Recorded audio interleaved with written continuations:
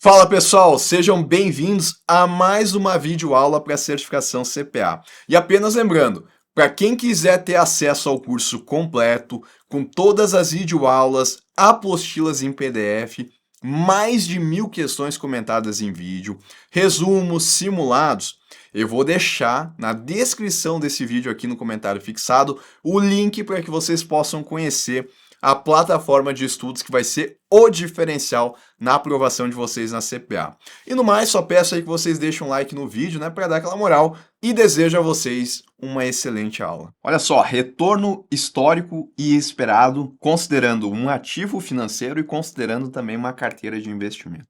O retorno histórico de um ativo, ele é uma medida que indica o desempenho passado desse ativo ao longo de um período específico. O desempenho, tá? O retorno, quanto que aquele ativo ele gerou de juros, gerou de rendimentos.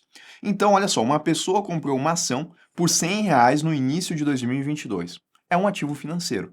No final do ano, o preço dessa ação subiu para 120. O retorno histórico, portanto, dessa ação, para esse período, onde ela manteve a ação, seria calculado dessa forma, tá? Retorno histórico, o preço final dessa ação, preço final ao final desse período que a gente está considerando, menos o preço inicial, que foi o preço que ela comprou a ação lá no início de 2022. Isso tudo dividido pelo preço inicial vezes 100. Como é que a gente faz essa conta? É simples, tá? É só a gente pegar, então, os 120 menos os R$ 100 e dividir isso por 100. A gente vai ter aqui, então, um valor que ele vai dar 120 menos 100 vai dar 20. 20 dividido por 100, isso dá 0,20. E depois a gente multiplica por 100, uma vez que a gente colocou, então, dividido por 100 aqui. O retorno, então, dessa ação foi de 20%. É assim que a gente calcula o retorno histórico de um ativo e pensando aqui no caso de ações, tá? Considerando esse período que a gente viu. E o retorno esperado de um ativo? Eu falei do histórico, que é o que aconteceu até o momento. E daqui para frente, que é o retorno esperado? É uma expectativa futura calculada da média de ganhos ou perdas que se prevê obter ao investir em um determinado ativo financeiro. É uma expectativa, aqui eu não tenho uma certeza. O retorno histórico é uma certeza, é o que aconteceu no passado. Daqui para frente, é uma expectativa do que eu vou ter, e isso é dado pelo retorno esperado.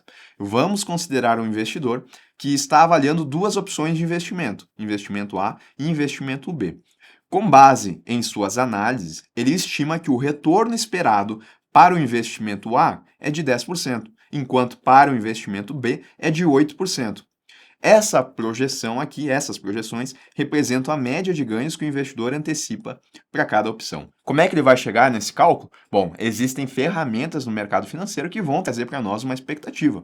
Eu poderia, por exemplo, considerar aqui a média de retorno do período passado como uma expectativa de retorno para o futuro. Mas tem outras ferramentas estatísticas que eu também vou ter que considerar, né, para avaliar o risco disso. Mas pode ser isso. Se, por exemplo, o meu retorno esperado para o ativo A é de 10% e para o B é 8%, eu espero que durante o próximo período eu vou receber 10% ou 8%. Significa que eu vou receber isso? Não, porque é uma expectativa. E além disso, eu não posso cravar que o investimento A é melhor do que o investimento B sem saber qual que é o risco associado, quais são as condições de liquidez, existe carência, não existe carência, qual que é o período. Então, existem ferramentas que eu tenho que utilizar para mensurar isso, são ferramentas estatísticas. Mas quando eu falo, então, só o conceito para a gente entender, de retorno histórico de um ativo, eu estou falando do passado.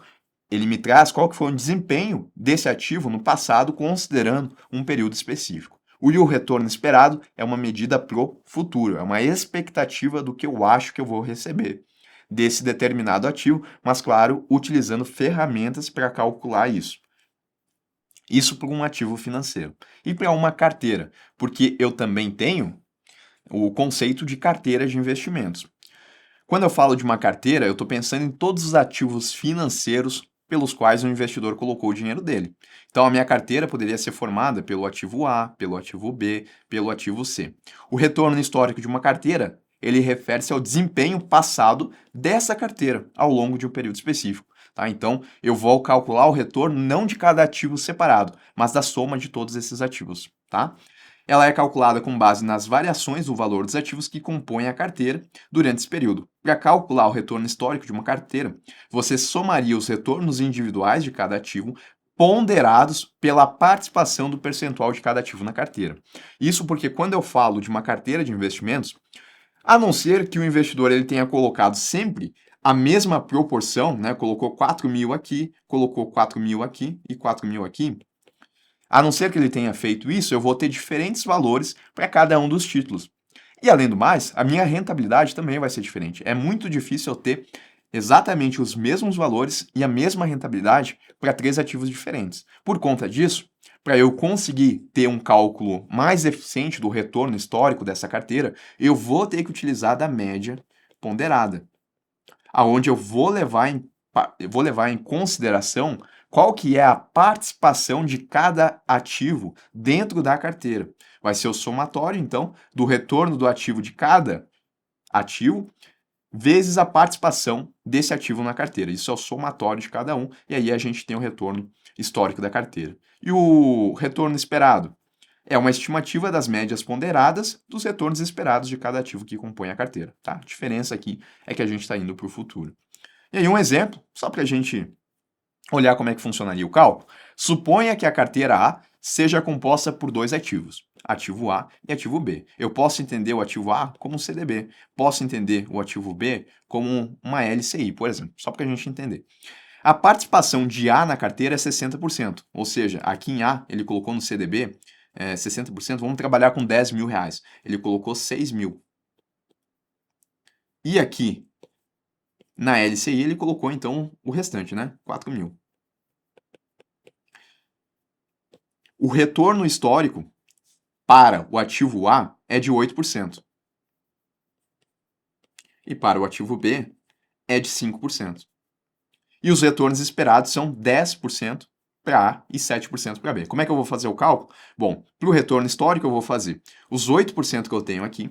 8%, lembrando, né? 8 dividido por 100, isso dá 0,08.